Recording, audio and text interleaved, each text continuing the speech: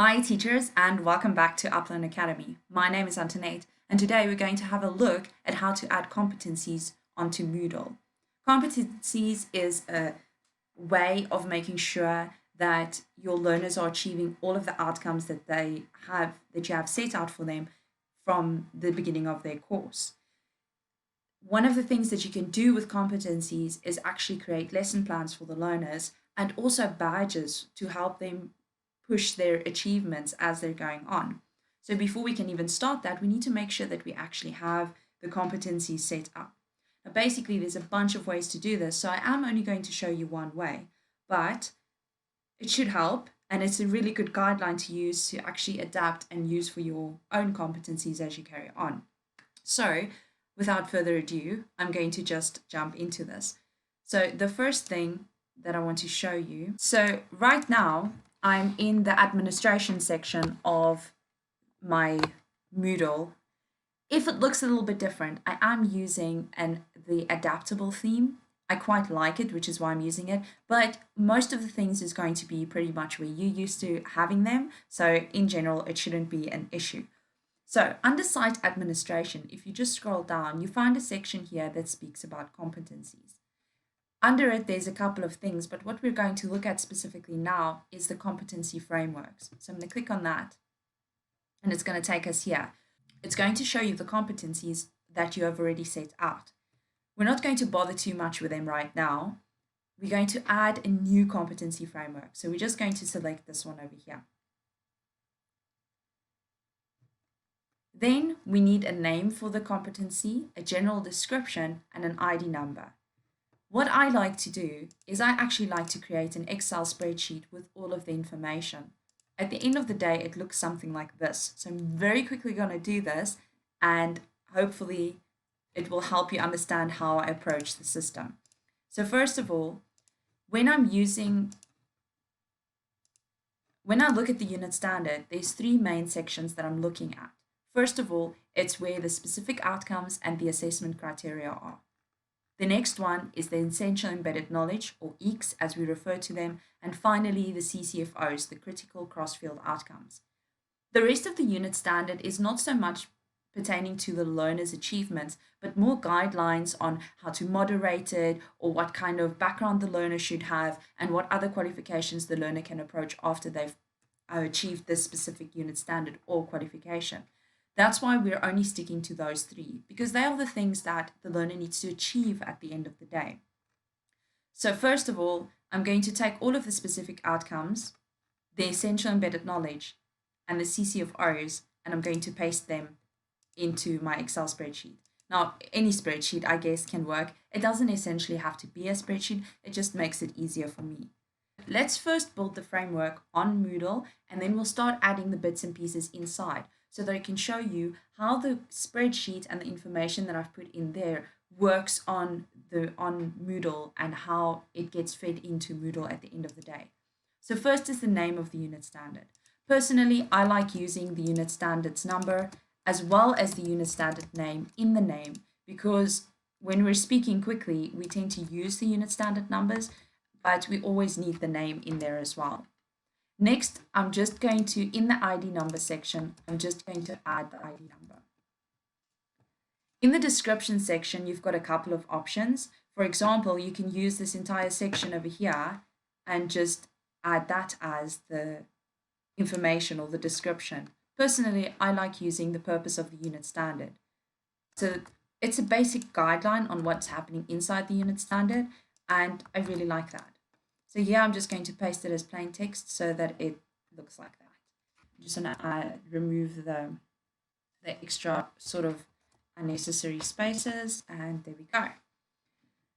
So we've got the name in, the description, and the ID number.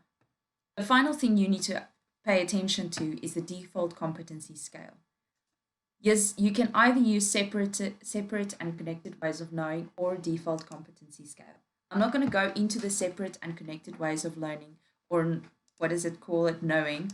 I'm going to leave it on default competency scale. What I would do, however, is I'm going to add all of the Moodle documents for competencies into the description below, go and click on it and go and read up on it so that you can see a little bit more on the detail and the other potentials. I'm showing you one way of using competencies. There are a bunch of ways of doing this. So in the scale, we want to configure the scales. Basically, the scale provides a default and a competence setting. So if it's a default setting, this means nothing has happened to the competency or the activities that the competency is linked to. So basically, we want the default to be not yet competent. So if nothing's happened, it should still be not yet competent. However, as soon as the learner has been found competent and they've achieved it, we want it to change to proficient. And all we do here is say close and it saves. Leave it on visible, it should automatically open as, and leave the taxonomies as is. Again, there's a bunch of options. Just for now, leave it on competency. If you want to know about the other options and why they're there, have a look at the Moodle documentation and you should get your answers there. Equally, remember to post a comment if you have another question, or if you want to, you can even send an email. I always link my email in the description below. So I'm going to save changes and it's going to go to this page. So now we've set out the basic outline for the competency, for the unit standard, and we're going to start filling it in bits by bits. So we've got the number and the name, the purpose, and then over here is the very first layer. So we want to start adding the first layer of taxonomies. So the first items that falls underneath the qualification. So we're going to add a competency. It's going to take us to a page that's very similar to the one we were just working with. So there's a name, a description, and an ID number.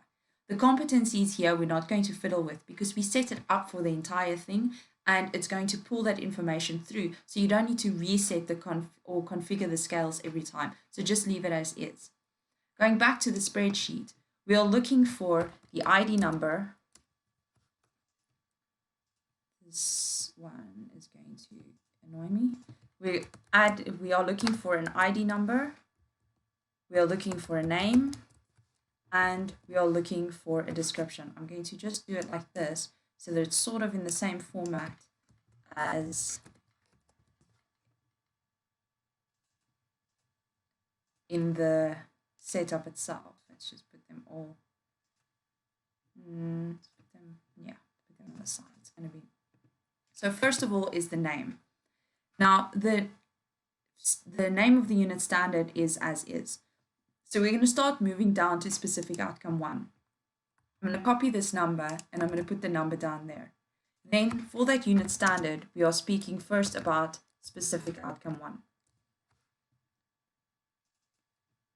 The description for the specific outcome is going to be the information that is given over here. If you look at it on the unit standard itself, it's going to be this information over here. We're going to copy the specific outcomes information and the outcome range information into the description.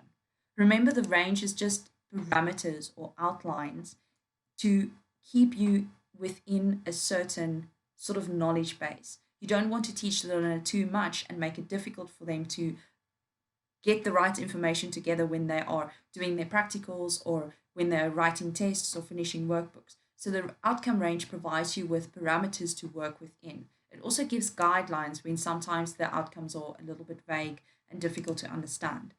So first we're going to just be adding the description and then we're going to add the outcome range.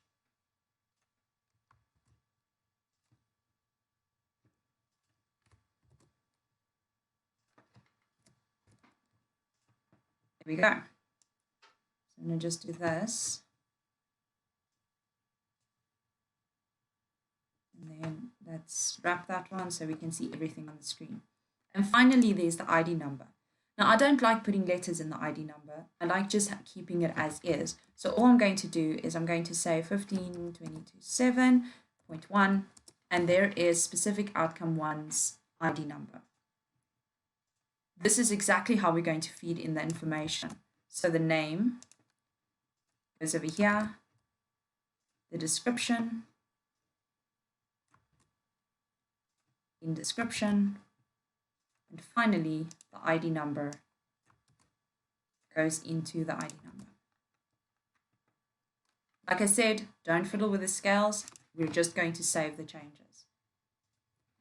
What I suggest you do is first set up this entire document like this so that it's easier to copy and paste the information when you actually start setting out the unit standard, when you start setting out the competency. But for now, we're just going to do a couple more like this so that we can see what it looks like. So before I start adding specific outcome 1's assessment criteria, I'm going to add specific outcome 2 so that I can show you how the hierarchies or taxonomy works when it's being put into the system. So here we've got the description for specific outcome 2. I'm just going to skip a few and just put it in here. So now we know this is 15.22.7 and we want to say that it's specific outcome 2, showing that the name is different. Next is the ID number. So same again, but this time 0.2. On that note, I'm going to add a couple of assessment criteria here as well so that we can just copy and paste them when we're adding them. We've added specific outcome 1, assessment criteria 1. It's information as well as the range. So we just need to give it an ID. We've got the name, the description, and then I just want to add over here 227.1. Okay, so I'm saying that it's specific outcome 1, comma, assessment criteria 1. So that is done.